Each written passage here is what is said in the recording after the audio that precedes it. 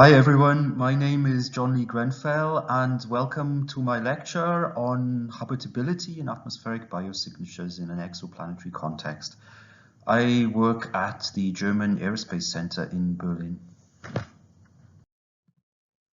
So here's an overview of the talk. First, it's split into two parts. The first part is habitability, the second part is biosignatures. And starting with habitability, first I'll give a quick definition of habitability. I'll talk about the historical context of how it developed. I'll talk about some of the main factors affecting habitability. I'll talk about habitability, how it evolved in the past and how it may evolve in the future. And then I'll discuss the four habitable classes. I'll talk about some of the habitable zone definitions. And then I'll talk a little bit in an exoplanetary context. The second part of my talk is about biosignatures, so life indicating signals. And I'll talk first about the challenge of defining what we mean by life. I'll talk about what life needs. I'll give some biosignature examples, some general examples first, and then some specifically atmospheric examples. And then I'll talk about some of the steps involved when interpreting biosignatures, and then at the end some conclusions. So the definition of habitability is the potential of an environment to sustain life. So it's not the potential for life to originate, and it's not saying that if an environment is habitable, that life has to be present. On the left, you see some of the things that life definitely needs. Life needs an energy source.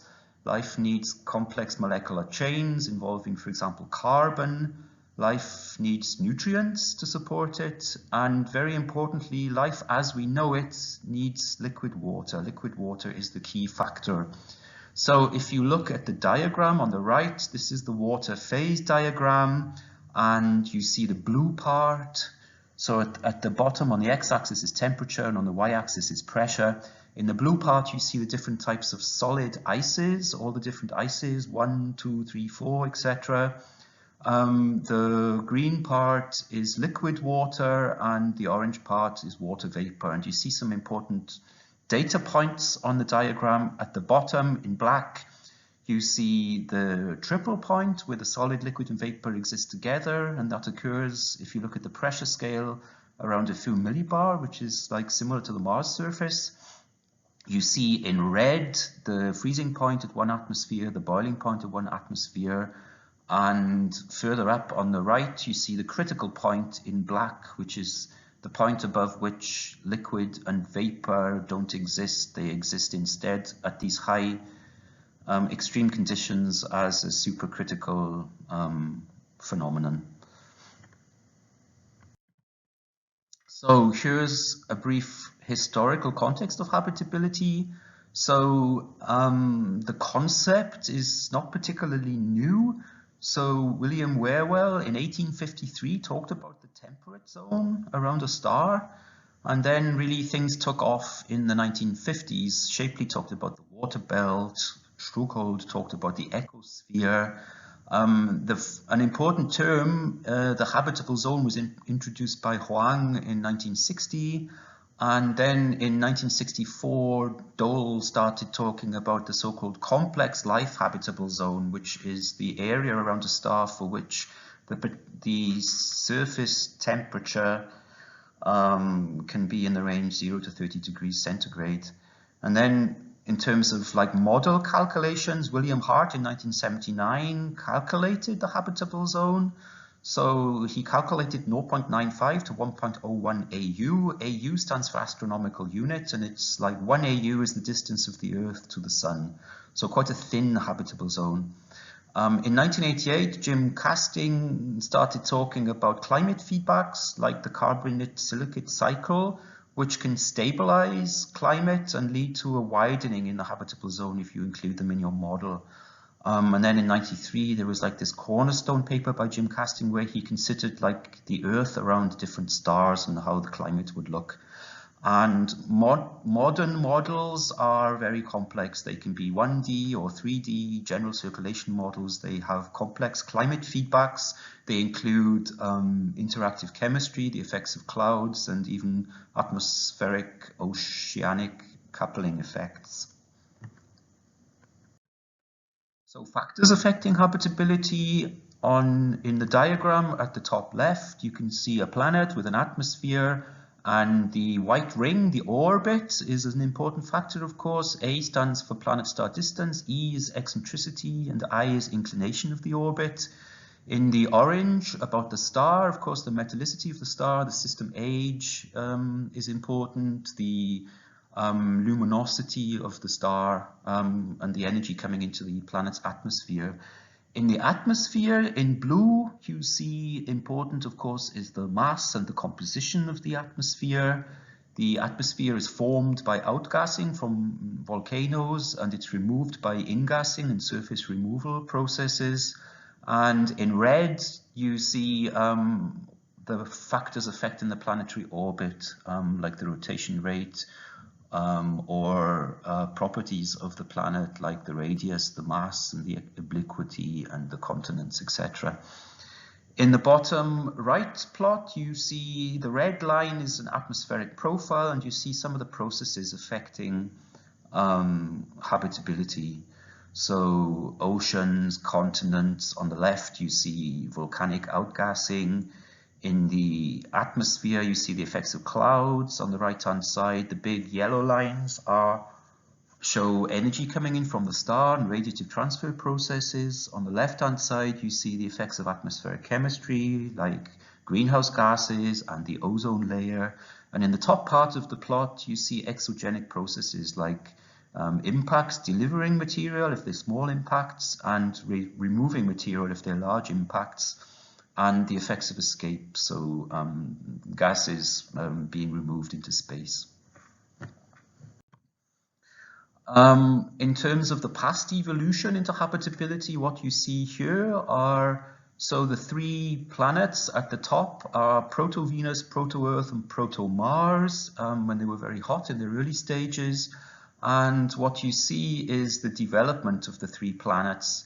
So starting on the left-hand side, Proto-Venus may have been habitable with liquid water early in its history, but then water coming into the atmosphere as a greenhouse, and the planet went into a so-called runaway greenhouse. Water heats and contributes to heating in the atmosphere and leads to a greenhouse effect, and this leads to more water evaporating, and the whole process kind of takes off and goes into runaway. And what we see today is the bottom left, like modern Venus, very hot, inhospitable conditions. In the middle column, you see the Proto-Earth, and the Proto-Earth developed plate tectonics. It has a shield, a magnetosphere shielding the planet, and together with the origins of life on Earth, due to photosynthesis, this led to an oxygen rise in the atmosphere. Oxygen led to the formation of the ozone layer, which protects the surface, and it led to the Earth, the blue planet that we see today. On the right-hand side, you see Mars, which is smaller, and Mars also, we believe, had a habitable phase early in its history. But the magnetic field on Mars is weak, and the gravity is weaker, leading to more atmosphere being lost. And today Mars is like a cold desert world, like a dusty world with a thin atmosphere. So you see from our sister planets that there are processes which can lead to habitability early on, but habitability can also be lost during the evolution. This is a model study plot of showing how a scenario of how the early Earth came into habitable conditions. So on the bottom axis you see time in years, from the start to the modern day, from left to right, and you see temperature on the y-axis. And so interesting here, you see the thick gray line is the steam atmosphere. So when the Earth's surface formed, then the minerals in the surface led to large amounts of outgassing. They couldn't hold the steam due to formation of the surface and the steam atmosphere. Several hundreds of bars evolved. You see the surface temperature going down from several thousand Kelvin. You see CO2 is an important part of the early atmosphere. You see at the bottom, so this plot, the time zero is when the moon forming event occurred, which led to a rock vapor atmosphere and a magma ocean all over the surface of the Earth. And you see the evolution into habitability, the formation of the oceans at the top of the plot, with like 300 bar or so of oceans. And liquid water on the surface led to the washout and removal of CO2. So this is like one scenario of how we think like the Earth entered its habitable conditions in the past. It's by Kevin Sanley et al. So what about the future loss of habitability? You see here a model study by O'Malley James et al. And starting at the top, the idea here is that the sun in the future will increase in luminosity and will heat up the Earth. Temperatures will increase, which leads to an increased like weathering processes. So water and wet deposition in the atmosphere will lead to more weathering, which will take out carbon dioxide out of the atmosphere and will slow the carbon cycle. And if you remove CO2 out of the atmosphere, at some point plant life becomes unsustainable, below 10 parts per million of CO2. And the plants, of course, are responsible for, via photosynthesis, of introducing oxygen into the atmosphere. So oxygen will decrease if you don't have plants, and then animal life will be unsustainable. So this is a model of a scenario of the future loss of habitability. Here are the 4 habitable classes. This is a paper by Helmut Lammer. And you see at the top, class 1 is a planet in the so-called classical habitable zone, and it's a planet like Earth, an Earth-like planet with large amounts of surface liquid water and continents, and is suitable for multicellular life on the surface. Class 2 is a Mars-like planet. So Mars has a thin atmosphere. It's quite dry, but there may be habitats in the subsurface where ice and maybe liquid water exist, where life could be supported in small regions. Venus and Mars in our solar system, they're one marking of the so-called inner and outer edge of the habitable zones. So class 3 in the middle of the plot is beyond the so-called ice line, so further out in the solar system, where liquid water on the surface is unlikely or no longer supported. And here it's talking about so-called like moons, like Europa-like moons, which have non-habitable surfaces, but which could possess subsurface liquid oceans. And if they have life, then it'll be life as we know it will populate subsurface water oceans. Class 4 is talking about ice-rich exoplanets which have migrated from outwards towards the star and migrate into the habitable zone, and the ice melts and they form so-called super Earths with large oceans, and if life evolves there, it'll be populating the oceans without continents. So let's look at habitable zones. So what you see here, a habitable zone is a region around a star where a planet could potentially support liquid water. And there have been in the literature, many different types of habitable zones have been discussed and proposed and investigated. What you see here is a list of the habitable zones in order of time when they were proposed from 1976 up until more recent times. And I've listed all of them. So the gray writing are just to be listed, but I don't discuss them in detail, but I'll talk in more detail about the black writing. So I'll talk about the continuous habitable zone by Hart, the important classical habitable zone by Casting, I'll show a plot of the white dwarf habitable zone. I'll discuss briefly the revised habitable zone, and I'll talk about the extended classical habitable zone.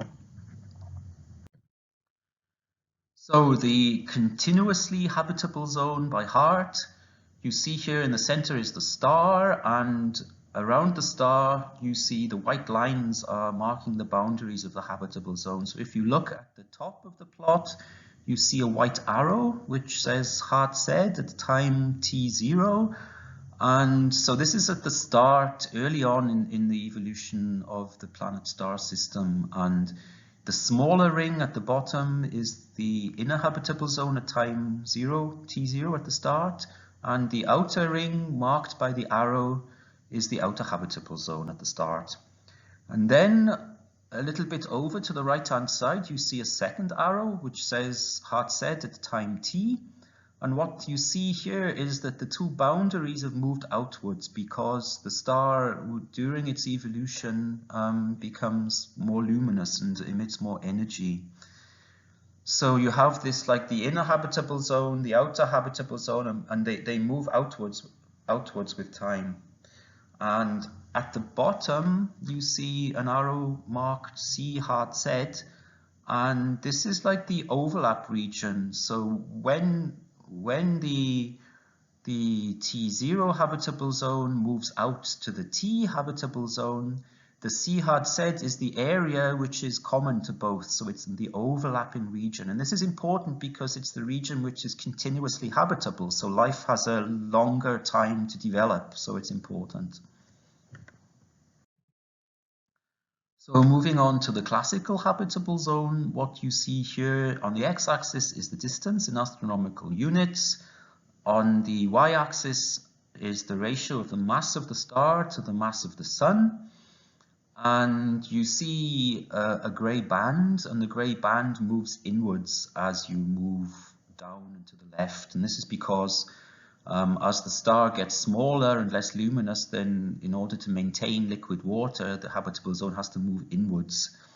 And you see the dots on the top right, and they are the planets in the solar system. You see the Earth in light grey, which is inside the habitable zone.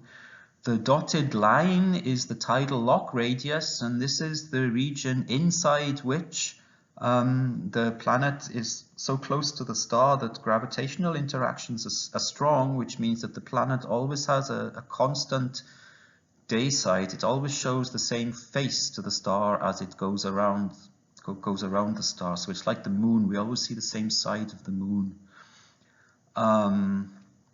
So this is showing for different star types, from the hot stars A through to the cooler stars F, G, K, M, the region where liquid water can exist on a planet's surface. And this was a concept investigated in a cornerstone paper by Jim Casting in 1993.